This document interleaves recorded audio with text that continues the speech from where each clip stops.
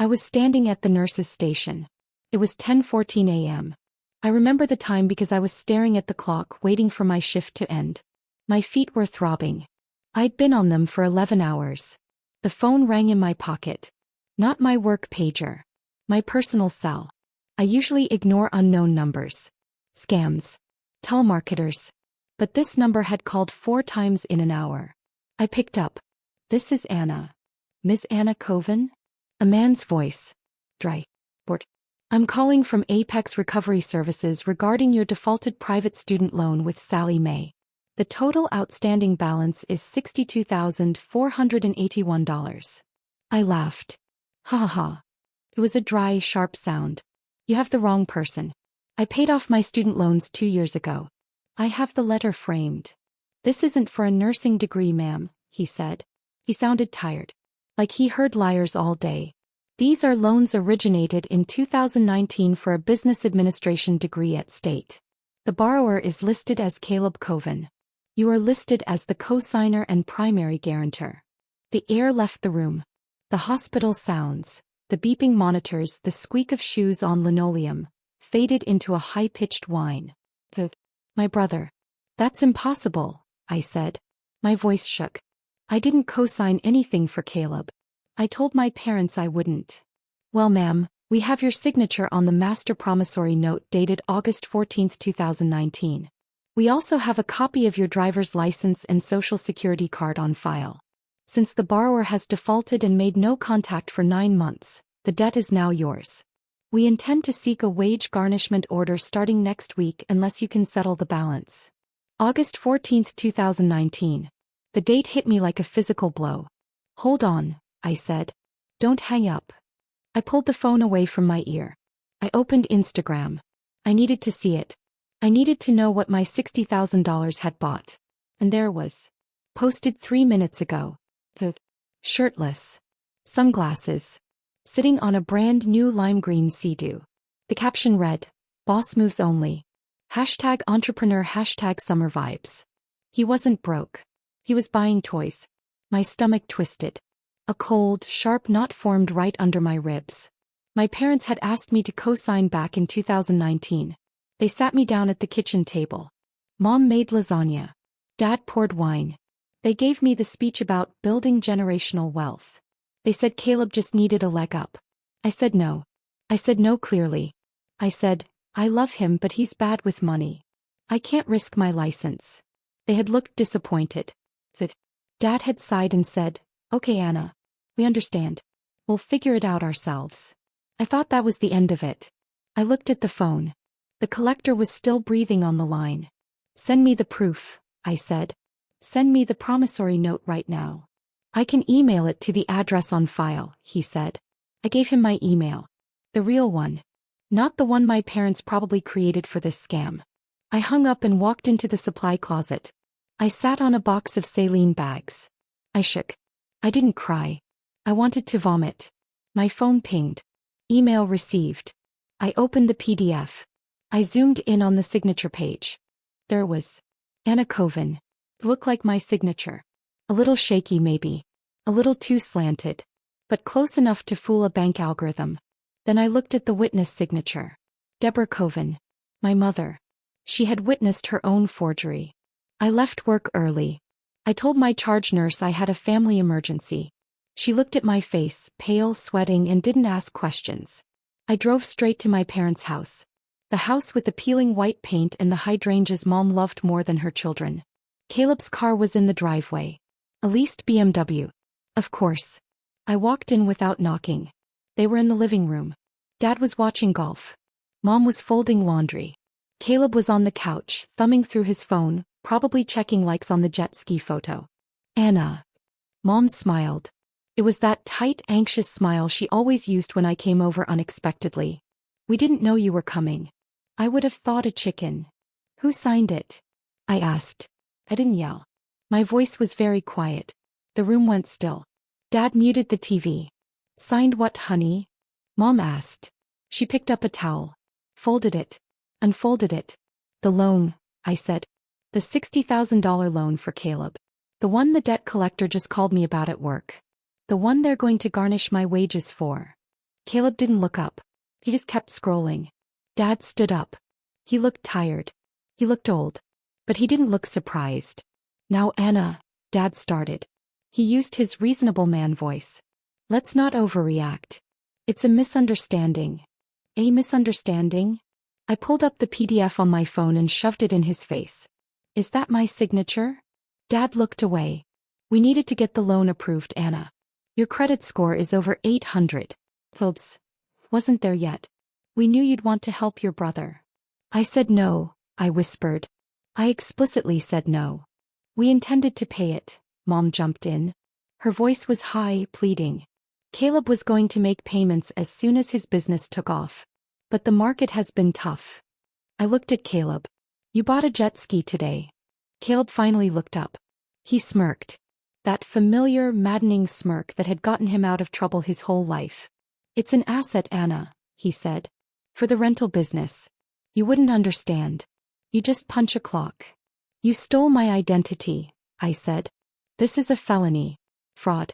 Forgery. Oh, stop it, Mom snapped. The sweetness vanished. Don't use those words. We are a family. We do what we have to do. You have a steady job.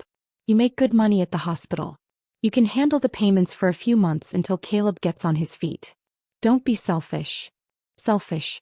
The word hung in the air. I looked around the room. I saw the new 60-inch TV. I saw Mom's manicured nails.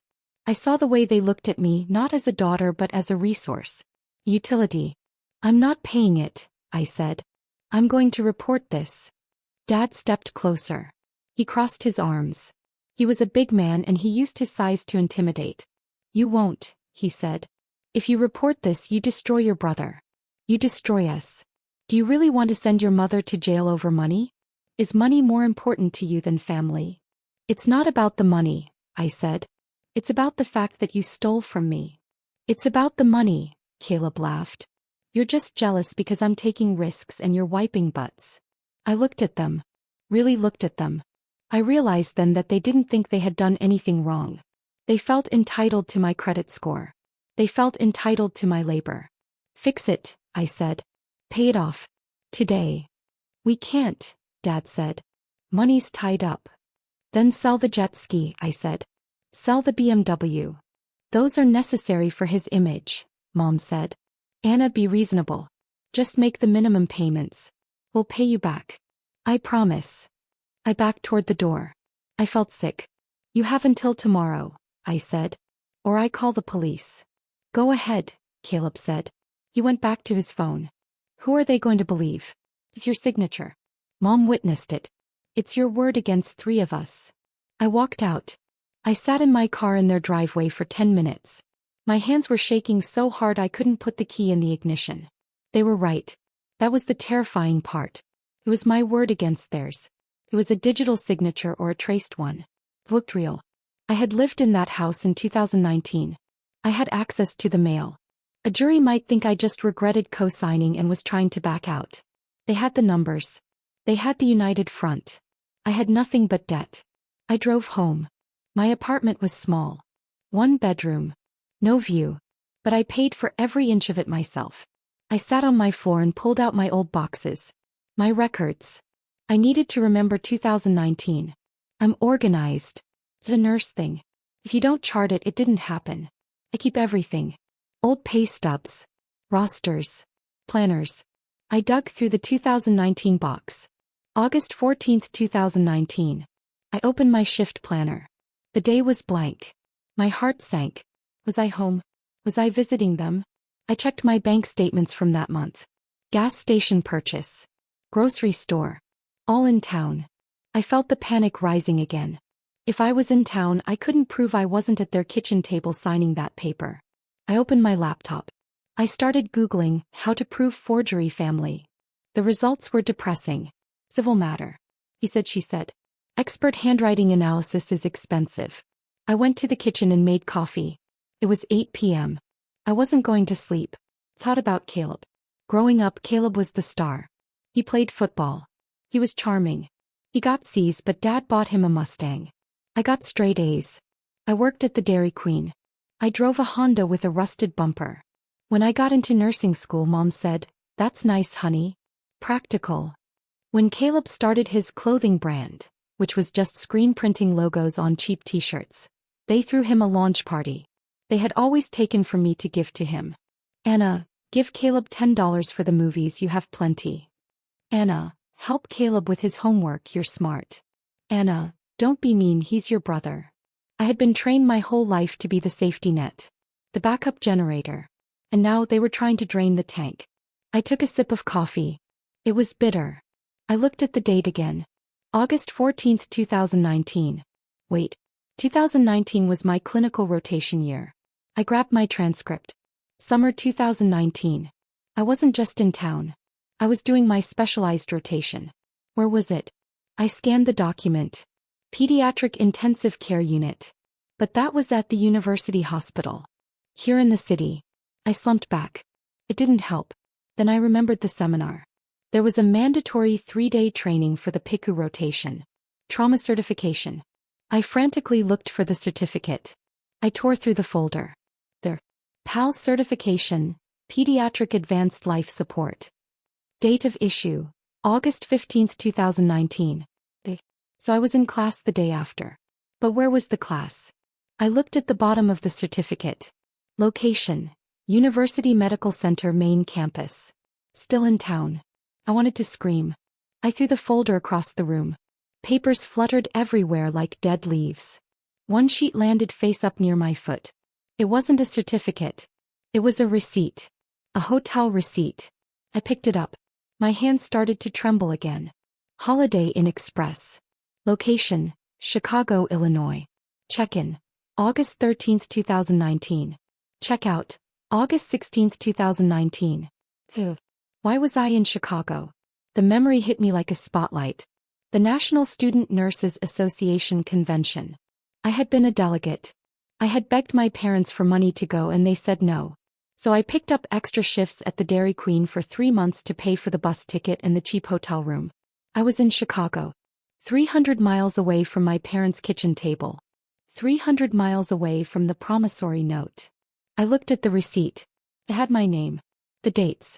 The credit card last 4 digits. I checked my bank statement again. There it was. Greyhound Bus Lines. Holiday Inn. Starbucks, Chicago, Illinois. I wasn't just not home. I was in a different state. I had undeniable time-stamped geolocation proof. I started to laugh. Real laughter this time. They were so arrogant. They were so sure I was just a background character in Caleb's life that they didn't even bother to check where I was when they forged my name. They just picked a date that worked for them. I held the receipt like it was a winning lottery ticket. But then I stopped. If I ran to the police now with just this, it would be messy. My parents would claim I signed it before I left and they just dated it later. They would muddy the waters. They would lie. I needed them to nail the coffin shut. I needed them to admit on record that I was there on that specific day. I needed them to lock themselves into the lie before I revealed the truth. I needed to set a trap. The next morning I called in sick. Mental health day. I went to Best Buy. I bought a digital voice recorder. A small one. Sony. High fidelity. I checked the laws. We live in a one-party consent state. That means as long as I am part of the conversation I can record it without telling the other person. Perfect. Then I called the bank. Not the collector. The actual bank. I navigated the phone tree for 40 minutes until I got a supervisor. I'm disputing a debt, I said. But I need to be very careful. I need you to send me the metadata for the electronic signature. We can't usually provide that, the supervisor said. I'm filing a police report for identity theft, I said. If I have to subpoena it, I will. But if you give it to me now, you save your legal team a headache. He put me on hold. He came back 10 minutes later. I can mail you the DocuSign certificate of completion, he said. It logs the IP address and the time of signature. Thank you. Next I went to a lawyer. His name was Mr. Henderson. His office was in a strip mall next to a vape shop. He had a coffee stain on his tie. I laid it all out. The debt. The jet ski. The hotel receipt. The Chicago trip. He looked at the papers. He looked at me. You have them dead to rights, he said. This is wire fraud. Bank fraud. Identity theft. If the loan crossed state lines, which it did, it's federal. What do I do? You have two options, Henderson said. Option A, you file an affidavit of forgery. We send it to the lender. They investigate. They clear you. They go after your brother. He goes to prison. Your parents probably get charged as accomplices. And option B? Option B, you leverage it. You get them to pay it off to avoid jail. I thought about it. No, I said. They don't have the money. They spent it on jet skis and fake businesses. If I threaten them, they'll just gaslight me. They'll say I'm lying. They'll destroy my reputation in the family before the truth comes out. So what do you want? I want them to admit it, I said. I want it undeniable. I want to clear my name so completely that they can never say I abandoned them. Henderson smiled. It was a shark smile. Then you need to get them to double down, he said. Make them commit to the lie. I went home. I put the recorder in my purse. I practiced turning it on without looking. I waited 3 days. The gray rock method. I didn't answer their texts. I let them stew. Then on Saturday I texted Mom. I'm coming over. We need to talk about the payment plan. She replied instantly. Glad you're seeing sense, honey. Dad is making burgers. I drove over. The atmosphere was totally different. It was celebratory. They thought they had broken me. They thought I had fallen back in line. Caleb was there. He was wearing a new watch. A Tag Heuer. Probably $2,000. Hey sis, he said. He tried to hug me. I stood stiff. I didn't hug back. Sit down, Dad said. He had a spreadsheet open on his laptop. I've been running the numbers. If you refinance the loan in your name only, we can get a lower interest rate. Then Caleb will pay you $500 a month. I sat down. I slipped my hand into my purse.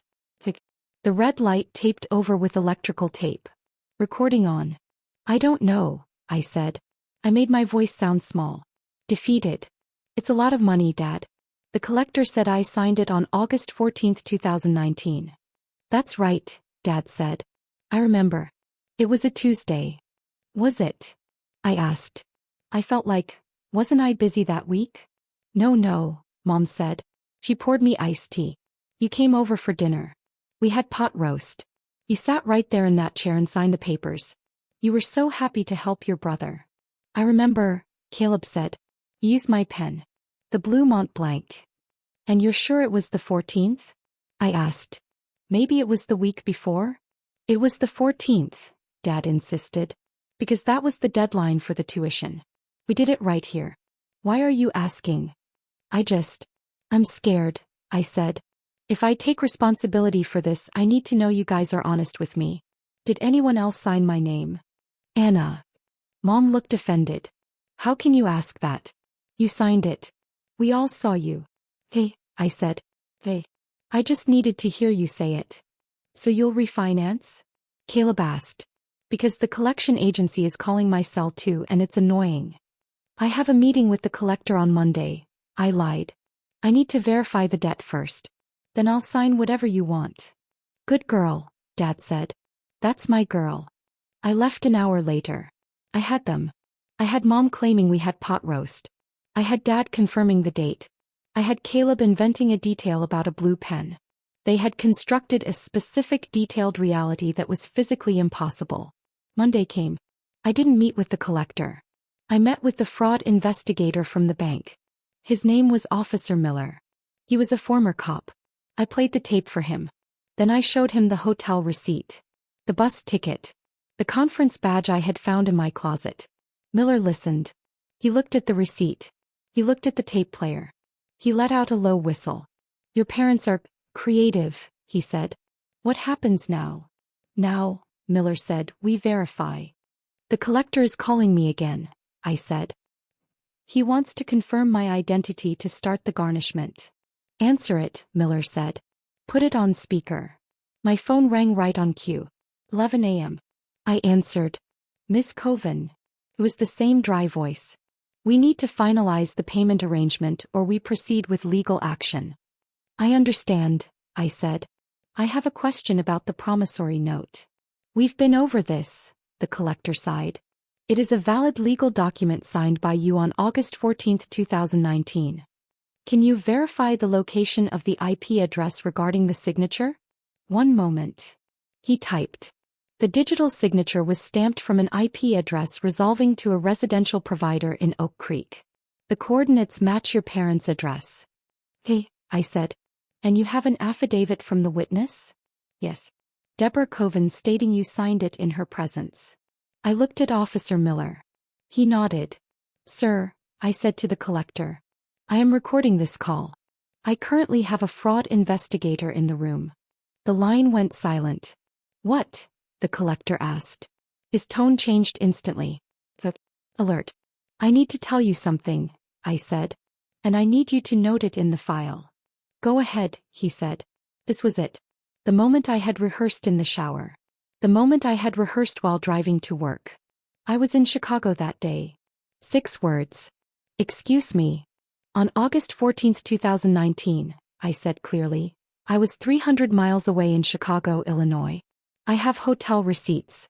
I have bus tickets. I have credit card transactions. It was physically impossible for me to sign that note. Silence. Then, if that is true, Ms. Coven, this is a fraudulent loan. It is, I said. And I am formally disputing the validity of the debt on the grounds of criminal identity theft. I see, the collector said. I will place the account in fraud status. We will require the documentation. Sent, Officer Miller said. He had just hit enter on his laptop. We will also need a police report number, the collector said. You'll have it by this afternoon, I said. I hung up. I felt light. Weightless. Ready? Miller asked. Ready, I said. We went to the police station. I filed the report. I handed over the USB drive with the recording of my family lying. I handed over the pot roast conversation. The desk sergeant looked at the file. 60 grand? That's grand larceny. Class B felony. I know, I said. You want to press charges against your brother? And my parents, I said. They forged it. They witnessed it. This is going to get ugly, the sergeant said. It's already ugly, I said. I'm just turning on the lights. I didn't tell them. I let them think everything was fine. I let them think I was refinancing. 2 days later it was Mom's birthday. They wanted a dinner. A big one. At the Italian place downtown. Bring the papers, Dad texted. We can celebrate the new start. I dressed up. I wore my best dress.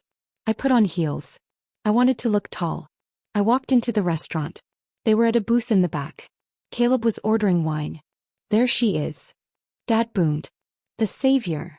I sat down. I didn't smile. Did you bring the refinance papers? Mom asked. She was practically vibrating with excitement. No, I said. The table went quiet. What do you mean? Caleb snapped. You said you verified the debt. I did, I said. I verified it thoroughly. I reached into my purse. I didn't pull out loan papers. I pulled out a single photocopy. The hotel receipt. I slid it across the table to Dad. What's this? Dad squinted at it. Look at the date, I said. He looked. He frowned. August 2019. So. Read the dates, Dad. He read them. August 13th to August 16th. He looked up. His face was blank. He didn't get it yet. I was in Chicago, I said. On the 14th. Caleb stopped drinking his wine. I wasn't at the kitchen table, I said. There was no pot roast. I didn't use Caleb's Mont Blanc pen. I was 300 miles away. Mom laughed. A nervous, tittering sound. Oh, Anna, don't be silly. Maybe we got the date wrong by a day or two. No, I said. The bank has the digital timestamp. August 14th, 2:14 p.m. IP address from your house. I leaned forward. I didn't sign it. Dad's face went from confused to red. A deep, violent flush. So what are you saying? He hissed. You're calling us liars? I'm calling you felons, I said. Caleb slammed his hand on the table. You little bitch. You're trying to weasel out of helping the family. I spoke to the police today, I said. The air was sucked out of the booth. You what? Mom whispered. I filed a report, I said. Identity theft. Forgery. Fraud. I gave them the recording of you guys lying to me on Saturday. The one where you claimed you saw me sign it. You recorded us? Dad roared. People at the next table looked over. One party consent, I said calmly. It's admissible. Undo it, Caleb said. He stood up. He looked dangerous. Call them right now and tell them it was a mistake. I can't, I said. It's out of my hands. It's a federal investigation now. Navy, it doesn't play around. You ruined my life. Caleb screamed. I'll go to jail. You should have thought about that before you bought a jet ski with my life savings, I said. Anna, please. Mom started to cry. Ugly, heaving sobs. We're your parents. How could you? How could you? I asked. You looked me in the eye and told me I signed a paper that will cost me $60,000. You were going to let me work double shifts for 10 years to pay for his toys. I stood up. I'm leaving now, I said. The police said they'll be contacting you. Do not contact me. Do not come to my house. If you do, I get a restraining order. If you walk out that door, Dad said, pointing a shaking finger at me, you have no family. I looked at them. Caleb panicked and sweaty. Mom crying only for herself. Dad furious that he had lost control. I haven't had a family for a long time, I said. I just had a bill. I walked out. I didn't look back. I walked to my car. I got in. And I drove to a steakhouse across town. I sat at the bar. I ordered a filet mignon and a glass of expensive red wine. I ate it alone. And it was the best meal I have ever tasted. The fallout was fast. And it was brutal. Because I had the receipts. The literal receipts. The bank didn't waste time. They discharged the debt from my name within 30 days. My credit score bounced back to 810 like nothing had happened. For them it was different. The bank went after Caleb for immediate repayment. He didn't have it. He had spent it on the car, the jet ski, and business expenses, bottle service. They repossessed the BMW. They repossessed the jet ski. But that was just civil court. The district attorney actually picked up the case. Apparently they were cracking down on student loan fraud. Caleb was charged with grand larceny and identity theft. Dad and Mom were charged with conspiracy and forgery. They took plea deals. Caleb got 3 years probation and a felony record. He has to pay restitution. He can't get a loan for a pack of gum for the next 10 years. Mom and Dad got probation and a massive fine. But the real consequence wasn't the law. It was the neighborhood. News travels fast in small towns. The Golden family image shattered. Everyone knew they had stolen from their own daughter. Dad lost his position on the church council. Mom stopped getting invited to the garden club. I saw Caleb once about 6 months later. I was at the grocery store. He was bagging groceries. He saw me. He stopped. He looked tired. He wasn't wearing the Tag Heuer. He was wearing a green apron. He looked like he wanted to say something. Maybe scream. Maybe apologize. I didn't wait to find out. I just pushed my cart past him. Paper or plastic? He asked the lady behind me. His voice was dull. Broken. I walked out into the sunshine. I moved into a new place last month. It has a garden. I planted hydrangeas. Not because Mom liked them, but because I like them. My phone rang yesterday. It was a restricted number. I let it go to voicemail. It was Dad. Anna, he said. He sounded old. It's your father. Look, we're struggling. The legal fees. We might lose the house. We were wondering if, well, we are family. Call us. I listened to the message. I thought about the house. I thought about the kitchen table. Then I pressed delete. I blocked the number. I went outside and watered my flowers. The water from the hose caught the light, making little rainbows in the air. It was quiet. It was peaceful. And it was all mine.